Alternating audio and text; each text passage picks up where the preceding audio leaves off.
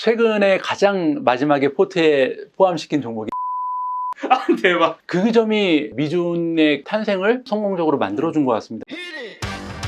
방금 이제 만나서 아직 어색하지만 아마 모르시는 분들도 계실 것 같으니까 자기소개 한번 부탁드리도록 하겠습니다. 예. 안녕하세요. 미국 주식으로 은퇴하기 미주은입니다. 본명은 최철이라고 합니다. 반갑습니다. 네네. 최철님을 오늘 좀 모셔보고 미국 주식 투자하시는 분들 뭐 제 채널에도 되게 많으시니까 좀 어떻게 투자해야 되는지 뭐 이런 얘기도 좀 나눠보고 제가 얼핏 알기로는 대표님의 좀 백그라운드가 워낙 독특하셔서 그 얘기도 조금 들어보고 싶거든요. 처음에 커리어를 어떻게 시작을 하신 거예요? 커리어 시작한 것은 이제 1997년에 IMF가 터져가지고 한 20년 넘게 호텔리어로 일을 하게 됐습니다.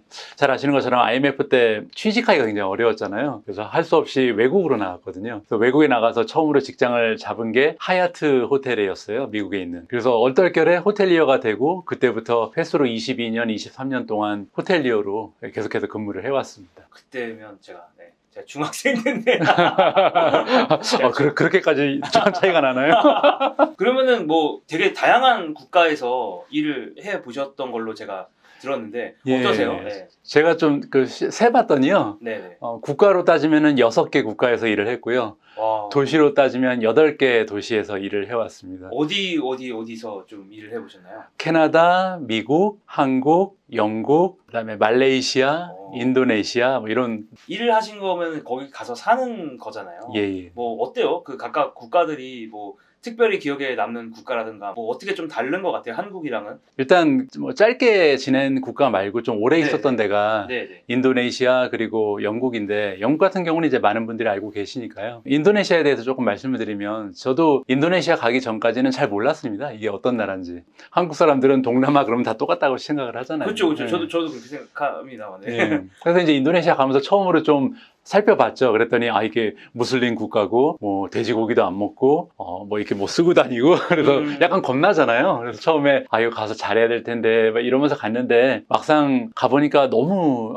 좋은 점이 많은 그런 나라였어요. 경제 수준이 한국의 한 1970, 80년대밖에 되지 않습니다. 그래서 사람들이 아직도 순박하고 모든 게 좀 따뜻해요. 날씨도 따뜻하고 사람들 마음씨도 따뜻하고. 처음에는 그렇게 오래 있을지 몰랐는데 한 9년 가까이 말레이시아, 인도네시아 지역에 있다가 최근에 한국으로 돌아왔습니다. 제가 또 궁금한 것 중에 하나가, 다양한 경험을 갖고 있는 게 되게 투자자로서도 되게 좋을 수 있을 거라고 생각을 하거든요. 뭐 어떻게 느끼시는지 모르겠어요. 그러니까 다양한 해외 국가를 경험한 것들이 투자에 좀 도움이 된다라고 느끼실 때가 있으신가요? 이게 뭐 직접적이진 않지만요, 이게 쌓여서 아마도 판단을 할 때 조금은 객관적인 시각으로 볼 수 있지 않을까. 그러니까 뭐 투자뿐만 아니라 사람이 인생을 살아가면서 이제 선택을 많이 하잖아요. 종목을 선택하는 것도 작은 선택 중에 하나일 텐데, 가장 좀 그 선택을 할 때 피해야 하는 부분이 내가 가지고 있는 나의 경험, 나의 주관대로 선택하는 게 굉장히 위험성이 높다고 봅니다. 그래서 한 지역에 사는 것보다는 여러 나라에 다니면서 많은 문화도 좀 접해보고, 경험이 많다면 아무래도 한 가지 시선으로 사물을 보는 것보다는 여러 개의 시선을 좀 조합적으로 해볼 수가 있잖아요. 그런 면에서 도움이 되는 것 같습니다.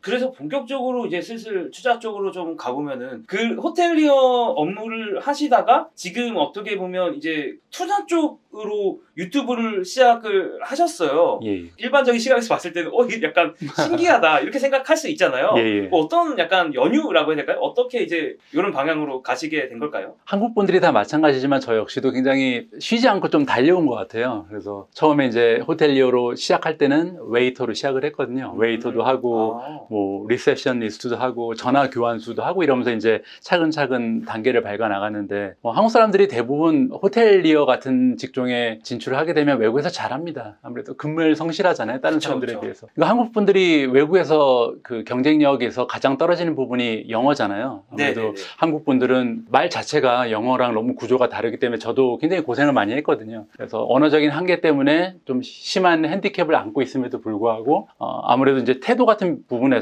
좀 목표가 하나 있으면 거기에 악착같이 좀 해나가는 면이 있어서, 승진 같은 경우도 굉장히 좀 잘했습니다. 한 16년 동안 승진을 한 8번 정도 했거든요.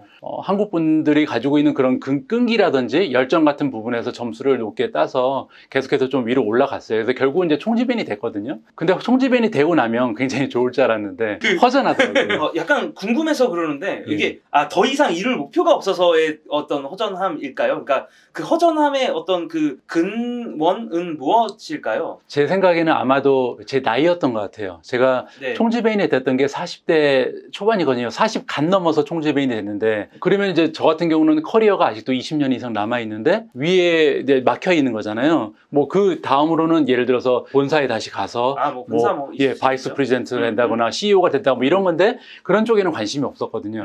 저는 호텔에서 직원들과 같이 이렇게 어울리면서 일하는 게 좋아서 총지배인이라는 직업이 너무 좋았는데, 문제는 다른 목표가 필요하다는 거죠. 무슨 말씀인지 예. 조금 알 것 같아요. 그때 원래 이 툴 하나를 개설을 했는데 네네. 그 미준이 아니었고요. 네. 호텔리어를 양성하는 유튜브를 하고 있었어요. 그래서 제가 가진 경험들 이렇게 나누어주고, 때로는 영어로 하고 때로는 한국어로 하면서 이렇게 유튜브를 만들어 나갔었거든요. 구독자 수가 한 3,000명 정도밖에 안 돼요. 네. 그런 채널을 운영하고 있었는데 팬데믹이 갑자기 코로나가 발생을 한 거죠. 코로나가 좀 많은 것들을 바꿔놨죠. 어떤 변화가 좀 있으셨나요? 코로나가 이제 터지고 막 그러면서 호텔 관광업계는 진짜 완전히 직격탄을 맞았을 것 같은데. 그렇죠. 완전히 쑥대밭이 됐죠. 제가 운영하고 있던 호텔이 2개였습니다. 그래서 노보텔이라는 호텔, 그리고 이비스 스타이라는 호텔 2개를 담당해서 이제 총지배인으로 일을 하고 있었는데, 이제 거기가 말레이시아 쪽, 인도네시아죠. 인도네시아 쪽. 예. 네네네. 그래서 2개를 합쳐서 이제 객실 수가 한 400개 정도 되는데요. 이 400개 객실 중에서 심할 때는 2개가 팔렸어요. 난리가 난 거죠. 직원 수는 300명 가까이 되거든요. 300명 월급도 줘야 되고, 근데 방이 2개 팔아서 유지가 안 되잖아요. 그래서 결국은 그 오너라 그러죠. 건물주가 이제 불러서 얘기를 하더라고요. 지금 뭐 지급하고 있는 그 샐러리 중에 반으로 줄여달라. 그 방법은 네가 알아서 해라. 그래서 이제 여러 가지 방법 중에 제가 선택한 방법은요, 다 같이 가자. 그러니까 아무도 잘리진 않고 대신 샐러리를 반으로 줄여야 되는데, 그렇기 위해서는 이제 모든 사람이 샐러리를 50%씩 포기를 해야 되잖아요. 근데 이제 인도네시아는 생활 수준이 한국에 비해서 너무나 낮습니다. 기본급이요, 호텔리어 같은 경우는 한국 돈으로 한 40만 원 정도가 될까 말까거든요. 사실 서비스 차지가 없으면, 그러니까 팁을 못 받는 상황에서는 그 40만 원 가지고도 못 살거든요. 그렇죠. 그런데 이거를 만약에 반으로 줄이면 굶어 죽게 되는 거죠, 사람들이. 또 인도네시아 사람들은요, 천성이 낙관적이라서 저축도 안 합니다. 아이고. 당장 월급이 없으면 정말로 굶어 죽는 사람도 생길 정도거든요. 그래서 이제 결정을 한 게 그 간부급을 다 모아서 우리 샐러리를 좀 더 많이 줄이고 직원들을 좀 타격이 덜 가게끔 하자, 이렇게 해서 잘 얘기가 됐어요. 그러다 보니까 제 월급을 제일 많이 줄였거든요. 한 80%를 줄였습니다. 아유. 그러다 보니까 이제 아무리 총지배인 월급이 많아도 이제 20% 갖고 살기에는 좀 부담이 있잖아요. 네. 제 애가 또 2명이나 있기 때문에. 그래서 할 수 없이 이제 예전에 그 호텔리어들을 위한 유튜버를 하고 있었잖아요. 그래서 이거를 딴 데로 돌려가지고 좀 구독자를 늘려서 용돈이라도 벌어야겠다. 네네. 그렇게 해서 시작한 게 사실 미준이. 그렇게 엄청난 채널이 탄생을 하게 된 거구나. 그럼 투자는 원래 좀 관심이 많으셨던 거예요? 그러니까 이제 호텔리어 이제 총지배인 일을 하시면서도 투자를 원래 관심이 있으셨던 거예요? 아니면 어떻게 보면 이제 2020년 3월이 그런 좀 큰 계기가 됐던 거예요? 제가 좀 운이 좋았던 것 같아요. 네. 애들이 없을 때는 돈에 아무런 관심이 없었는데, 이제 제가 좀 애들을 늦게 낳았거든요. 결혼하고 나서 10년 차에 낳습니다, 애를. 그래서 갑자기 이제 늦둥이들이 나타나니까 걱정이 되기 시작하잖아요. 그렇죠. 그래서 이제 투자에 대해서 공부도 하고 돈에 대해서 생각도 해보고 이러던 차에 이제 팬데믹이 발생을 한 거거든요. 그래서 돈에 대해서 공부를 시작하자마자 이런 일이 생겼기 때문에 좀 어떻게 보면 박차가 가해져서 공부를 참 많이 했습니다, 초반에. 그래서 그 작년에 한 4월달, 5월달, 6월달 이렇게 3개월은요 한 3시간, 4시간 자고 공부했던 것 같아요. 막 완전히 전문가가 아니었던 상황에서 이렇게 막 공부를 하시면서는 아마 영상 보시는 분들 중에서도 내가 이 종목에 대해서나 어떤 그런 것들에 대해서 공부를 하고 싶은데 어떻게 공부를 해야 될지 그 감이 안 잡히는 분들도 되게 많을 것 같거든요. 혹시 그렇게 공부를 하시면서 팁이라든가 뭐 어떻게 접근을 하셨는데 이런 게 조금 더 효과가 좋았다라든가 뭐 공부하시면서 좀 기억에 남았던 어떤 방법론이 있을까요? 어떻게 접근하세요? 제 생각에는 네네. 최근 들어서는 좀 소스 같은 경우는, 그러니까 정보 같은 경우는 네. 정말 많은 것 같아요. 그러니까 너무 많아. 너무 많죠. 그래서 저 같은 경우도 다른 분들보다 제가 유리했던 점은 네. 외국에서 오래 생활을 하다 보니까 이제 영어로 된 그 문서를 접한다든지 이 미디어를 통해서 정보를 습득하는 게 굉장히 익숙해져 있잖아요. 그 점이 미주의 그 탄생을 어떻게 보면 성공적으로 만들어준 것 같습니다. 그래서 제가 운영하는 채널은 사실 모든 분들이 아세요. 제가 전문가는 아니라는 거. 근데 남들이 쉽게 접근하지 못하는 정보를 빨리빨리 훑어보고 거기서 중요한 것 같은 거를 저는 이제 요약을 해야 될 거 아니에요. 제가 만약에 혼자 한다라 해도. 근데 그 과정을 나누는 거죠.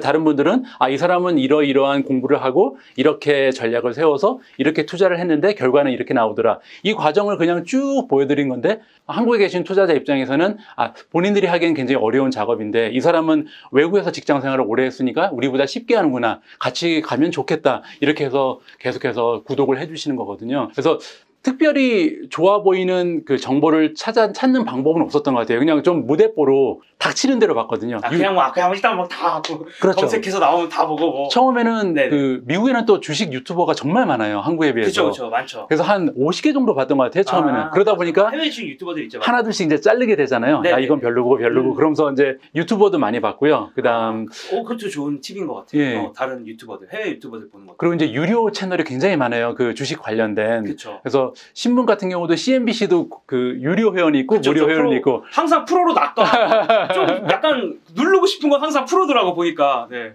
그래서 유료 회원도 한 10개 정도 가입하면서 네. 닥치는 대로 했습니다. 그렇죠. 시킹 알파도 저는 되게 좋은 것 같고. 예.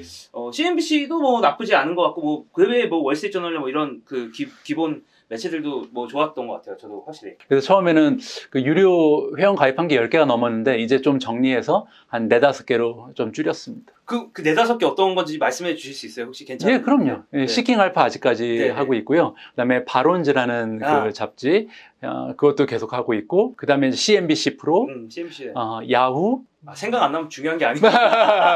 네, 그 정도 같아요. 이런 것들을 조금 더 그 구독을 해보셔도 좋을 것 같다. 결국은 유료 정보들이 좋더라고요. 저도 그럼요. 네, 보니까 이게 뭐 무료가 무조건 나쁘다 이건 아닌데 만약에 유료로 전환했을 때 그만한 가치가 없었다면 사람들이 계속해서 사질 않겠죠. 근데 이제 구독을 이어나간다는 거는 그만한 가치가 있기 때문이라고 생각합니다. 거의 이제 미국 주식들만 하시는 걸로 저는 알고 있는데 예. 그러면 이제 한국 주식도 있는데 이제 미국 주식을 선택하신 어떤 이유나 이런 거가 혹시 또 있으실까요? 일단은 한국에 계신 투자자분들에 비해서 제가 한국 기업에 대한 이해도가 너무 떨어지죠. 왜냐하면 외국 생활을 20년 정도 했기 때문에 한국 기업을 잘 몰라요.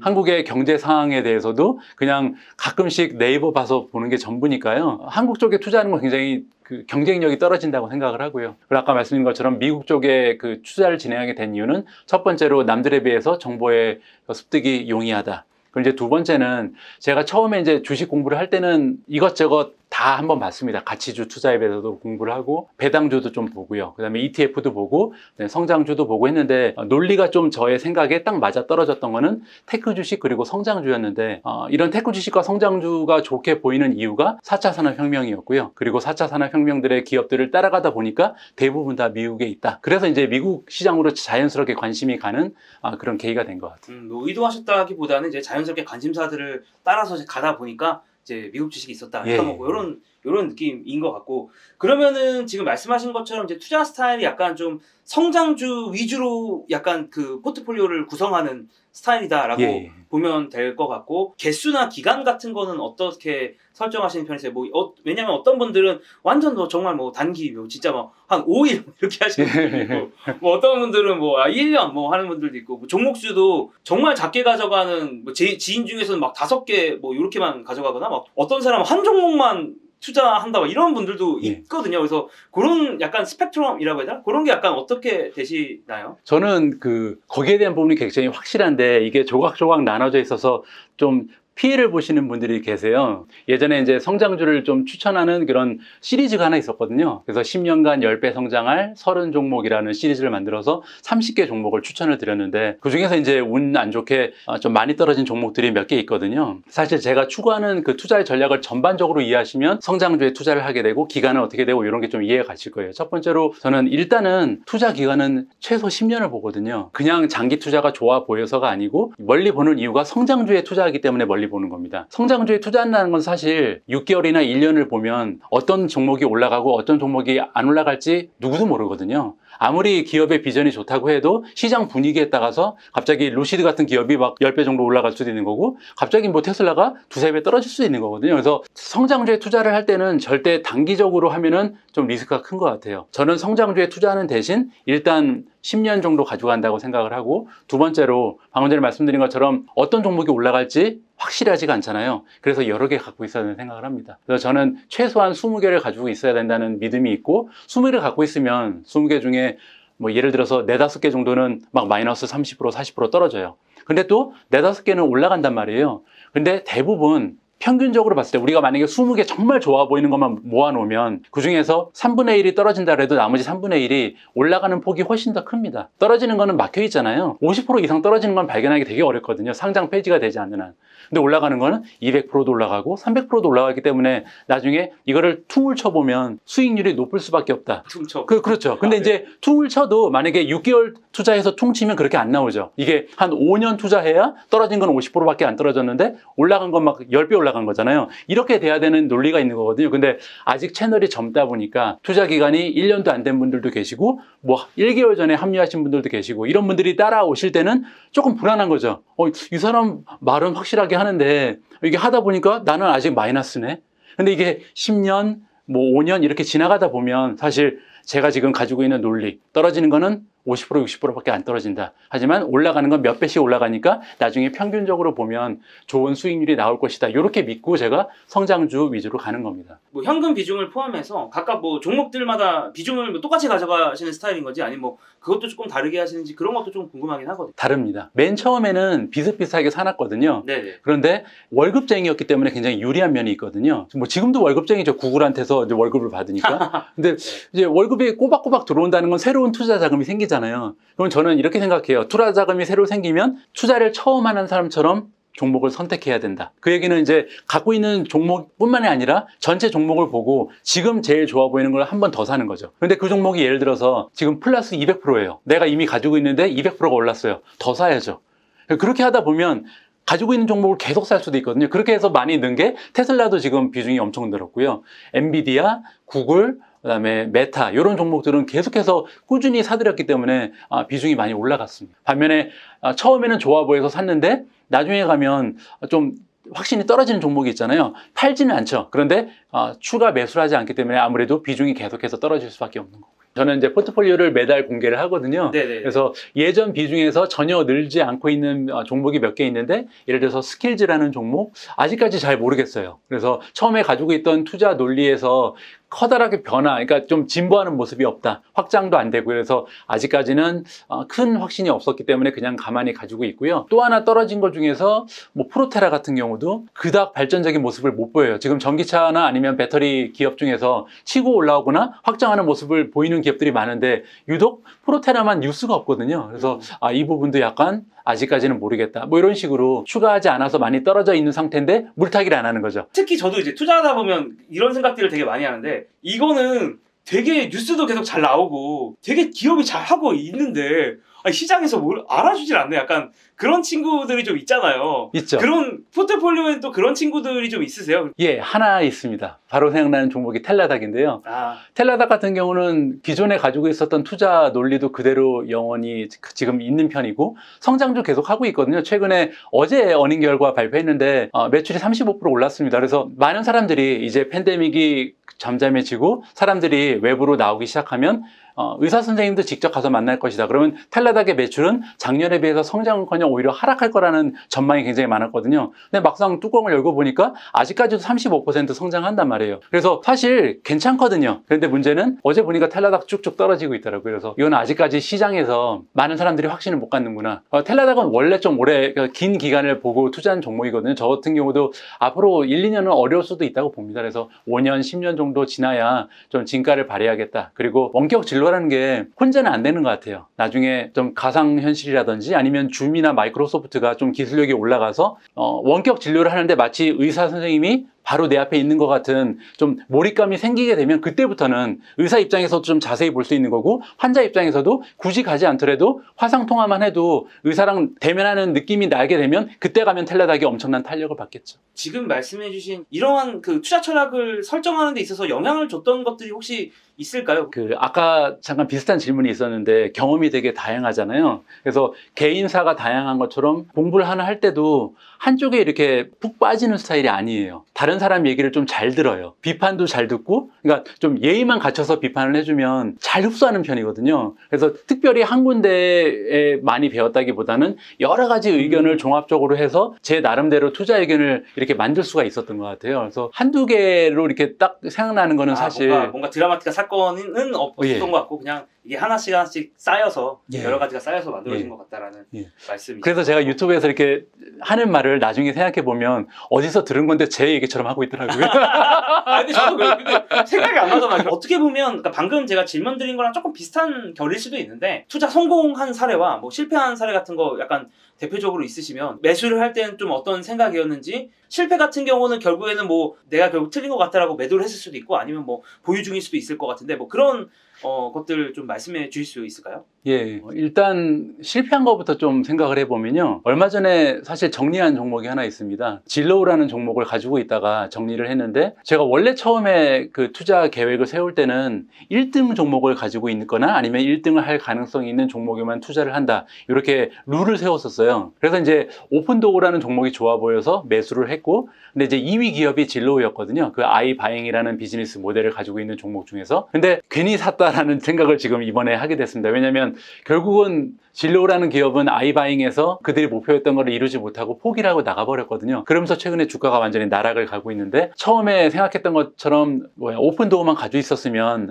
쓸데없는 손실이 있을지 않았을 텐데 제 룰을 깨트리면서 2등 종목까지 추가를 하면서 괜히 좀 손해를 안 봐도 되는 손해를 봤다라는 생각을 했고요. 그 방금 룰 중에 하나 재밌는 거를 사실 말씀해 주셨는데 무조건 그냥 섹터에서는 해당 분야에서는 1등인 것만 무조건 산다라는 이제 본인의 원칙이 있으신 거네요. 그렇죠. 그러니까 혹시 그런 이유도 조금 궁금하고 1등이 좋다고 생각하는 이유는 계속 1등을 할 수 있고 이 분야가 계속 커져서 그런 걸까요? 네. 저는 그 미국 주식에 투자하는 이유 아까 물어보셨는데 거기서 하나 말씀 안 드린 게 저는 주식 투자를 하는 거는 자본주의에 투자를 한다고 생각을 하거든요. 그리고 저는 자본주의는 분익부 빈익빈이라고 생각을 합니다. 그래서 결국 좋은 게 아니죠. 일반 사람 입장에서는 사실 자본주의는 그렇게 좋은 거라고 생각은 안 해요. 근데 투자자 입장에서는 너무 좋은 거죠. 왜냐하면 1등 기업을 계속 1등을 하게끔 도와주기 때문에. 그래서 자본주의가 발전하면 발달할수록 사실 새로운 주자가 1등을 꺾고 올라가기는 어렵다고 봅니다. 제가 미국에 한 1년밖에 있지 않았지만 1년을 살면서 느낀 게 뭐냐면 정말로 빈부의 차가 커요. 이렇게 못 사는 사람이 많은 나라는 처음 봅니다. 그래서 정말 냉정한 나라구나. 어떻게 이렇게 잘 되는 놈만 팍팍 밀어주고 못 되는 놈은 신경도 안 쓸까라는 생각이 많이 들었던 게 미국이란 나라였거든요. 미국 시장도 마찬가지인 것 같아요. 그래서 잘 나가는 기업, 우리가 뭐 흔히 투자하는 빵이라는 기업이 사실 언제부터 빵입니까? 지금 한 10년째 독차지하고 쭉 가고 있잖아요. 이 기업들이 밀리지 않고 지금까지 오히려 성장이 계속 가속화되는 이유는 그 자본주의라는 환경이 이들을 떠받쳐주고 있기 때문이고 결국 빵뿐만 아니라 다른 기업들, 산업 분야에서도 만약에 1등의 자리를 차지할 만한 힘이 있는 기업이라면 그 자리를 엄청난 실수를 하지 않는 한 뺏길 일이 그렇게 많지는 않다고 생각을 합니다. 약간 반론이라기보다는 저는 또 약간 이 생각도 드는데 2등이지만 사실 되게 쌀 수 있잖아. 1등인데 너무 비싸고 2등이 좀 쌀 수도 있는 거잖아요. 약간 제가 억지로 만들어낸 논리일 수도 있어요. 참고로 그러니까 2등이 조금 더 싸서 그러면 거기서 오는 어떤 업사이드 포텐셜이 1등보다 더 클 수도 있는 거 아닐까라는 그렇죠. 얕은 생각도 좀 드는데 어떻게 또 생각하시는지. 물론 이제 논리적으로 타당한 지적이시고요. 저는 투자는 그거라고 봐요. 자기가 가지고 있는 논리에 맞게끔 지켜나가는 게 투자라고 보거든요. 그것이 맞느냐 틀리냐는 두 번째고요. 내가 가지고 있는 논리를 지켜나가는 사람이 결국은 수익률이 높게 난다고 봅니다. 각자 다른 투자 논리를 가지고 있지만 지켜나가야 되죠. 그래서 제가 아까 말씀드린 것처럼 자본주의를 믿고 있고 그리고 최근에 이제 4차 산업혁명이 일어나면서 저는 두 가지를 좀 유심하게 보고 있는데 1등 기업의 유리한 점은 지금까지 몇 년 동안 과거에 5년, 10년 동안 1등이었기 때문에 자본력이 뛰어나잖아요. 자본력이 뛰어난 기업이 앞서 나갈 수 있는 이유가 확실해지는 시기인 것 같습니다. 왜냐하면 그 돈을 가지고 로보틱이라든지 아니면 인공지능에 투자를 할 수가 있잖아요. 그렇게 되면 생산력이라든지 아니면 효율성이 2등, 3등 기업보다 훨씬 더 배가 되면서 빨리 치고 나갈 수가 있거든요. 그렇기 때문에 이 갭이 가면 갈수록 더 커질 수밖에 없다고 생각을 합니다. 원래 또 호텔이나 관광 쪽을 비즈니스를 하셨으니까 예. 그런 주식들이 눈에 안 들어오세요. 어떻게 보면 훨씬 더 잘 알 수밖에 없는 그런 업종에 있는 회사들이잖아요. 예. 제가 정확한 날짜는 기억이 안 나는데 네네. 2020년 20년. 예, 6월, 7월쯤에 그러니까 한 1년 반, 1년도 넘은 시점에 이런 영상을 올린 적이 있어요. 카니발 같은 그 카니발 크루즈 그다음에 항공주에 투자하지 마라. 그래서 저의 논리를 설명을 했거든요. 제가 호텔리어인데 제가 봤을 때 지금 투자하면 안 된다. 근데 욕을 너무 많이 먹었어요. 그래서 공감합니다. 저도 이제 뭐 특정 종목 얘기하면 영상을 올리기가 무섭더라고요, 저는. 아무래도 제가 몸담고 있는 호텔 업계가 얼마나 어려운지 알고 있었잖아요. 그쵸. 그래서 훨씬 더 어떻게 보면 그게 얼마나 힘든지 더 잘 아실 수밖에 없는 환경에 계신 건데. 제 딴에는 좀 보호해드리고 싶었거든요. 그러니까 시청자들이 보시고 정말 호텔 업계, 관광 업계가 이렇게 지금 어려운 상황이구나. 예. 그러니까 좀 피해야겠구나 이런 생각을 하시면서 도움을 드리고 싶었는데 이제 거기에 투자를 진행하시는 분 입장에서는 오히려 상처가 되는 내용인 것 같아요. 그래서 웬만하면 부정적인 얘기보다는 내가 좋다고 생각하는 얘기로 끌고 가야겠다 이렇게 생각을 했습니다. 그것도 조금 궁금했어요. 그러니까 포트에 지금 있는지 없는지 모르겠는데 예를 들면 관광업인데 테크를 하는 회사들도 있단 말이에요. 있잖아요. 예를 들면 뭐 에어비앤비 같은가. 관심을 되게 많이 가지실 거라고 약간 왜냐면 이게 관광업에 대한 관심이 없으실 수는 없을 거라고 저는 생각을 하거든요. 그냥 저의 생각인데. 근데 또 워낙 성장주 좋아하시니까 뭐 어떻게 보세요? 결국은 에어비앤비 얘기로 가는 건데 최근에 가장 마지막에 포트에 포함시킨 종목이 에어비앤비입니다. 2달 전 정도에 포함시켰거든요. 그때 이제 포함시킨 이유가 제가 이제 에어비앤비를 잘 사용하지 않았었어요. 아무래도 호텔에 종사를 하다 보니까. 그렇구나. 예, 저는 이게 무료 숙박도 굉장히 잘 되고 그다음에 뭐 이렇게 비싼 호텔 가도 저렴하게 할인을 많이 받았었거든요. 그래서 굳이 다른 데 숙박을 할 기회도 없었고 이유도 없었죠. 그러다가 호텔리어라는 타이틀을 내려놓고 평범한 사람으로 이제 묵으려 보니까 호텔이 너무 비싼 거예요. 그래서 이제 에어비앤비를 사용하기 시작했죠. 그러면서 이제 묵어보니까 너무 좋은 거예요. 그쵸. 예, 그래서 이거는 게임이 안 되겠다. 그래서 제가 방송에 만들었어요. 그래서 시청자분들께도 말씀드렸는데 호텔리어가 봤을 때 호텔은 에어비앤비의 경쟁 상대가 되지 못한다. 저도 에어비앤비에서는 이 회사가 1등을 뭐 10년 이상 유지할 거라는 거에 대해서 사실 의문은 없거든요. 그러니까 뭐 적절한 밸류에이션인지에 대해서는 뭐 또 얘기해 볼 여지는 있겠지만 2위가 아예 보이지가 않아. 2위가 사실. 에어비앤비 비즈니스 같은 경우는 좀 그렇잖아요. 에어비앤비 같은 경우는 그 단순히 그냥 호텔과의 경쟁에서 앞서 나가는 거 말고요. 시대적 트렌드랑 잘 맞는 것 같아요. 재택근무가 최근에 이제 활성화되잖아요. 에어비앤비 CEO가 한 달 이상 묵는 고객이 20%가 넘어간대요. 그러니까 그렇게 봤을 때 이제는 한국 분들 한 달 살이 많이 하시잖아요. 이런 게 전 세계로 퍼져나가면서 에어비앤비의 그 비즈니스가 엄청나게 확장될 것 같습니다. 그러면은 장기 보유 저도 너무 좋다고 생각하는데 주식하는 사람들 격언이 그런 게 있잖아요. 그러니까 사는 거는 뭐지? 기술인데 뭐 파는 게 예술이라 그랬나? 어쨌든 그러면은 섹터 1등을 보유하는 건 좋은데 어떤 시점에 이게 매도를 하는 게 좋을까? 이런 거에 대한 좀 의문들이 좀 있거든요. 이게 아까 제가 처음에 말씀드렸던 투자의 논리랑 맞아 떨어지는 부분인데 제가 원래 갖고 있던 논리가 이거잖아요. 주식을 뭐 20개 이상 갖고 있으면 3분의 1은 떨어지고 3분의 1은 횡보하고 3분의 1은 올라간다. 근데 이게 기간이 6개월밖에 안 되면 차이가 별로 안 날 거 아니에요. 근데 이게 만약에 6년이 되고 10년이 되고 20년이 되면 내려가는 거는 많이 내려가 봤자 50, 60%인데 올라가는 건 20배, 30배까지 올라가기 때문에 오래 갈수록 더 유리해지는 거죠. 그래서 저는 원래 매도에 대한 생각이 아예 없습니다. 만약에 유튜브를 그만해서 수입이 생기지 않는다면 주식을 팔아서 생활을 하게 되면 그때 가서는 이제 시기를 고르겠죠. 이번 달에 팔아야 될까? 아니면 6개월 후에 팔아야 될까? 근데 아직 주식을 팔려면 한 10년 정도 남았으니까 매도에 대한 시기를 전혀 고려도 안 하고 생각도 안 하고 있습니다. 그 섹터가 약간 예를 들면 한동안 답이 없는 섹터일 수도 있는 거잖아요. 항공산업이 한동안 진짜 약간 답이 없었던 시기들이 있잖아요. 섹터 그럼요. 전체로 봤을 때는.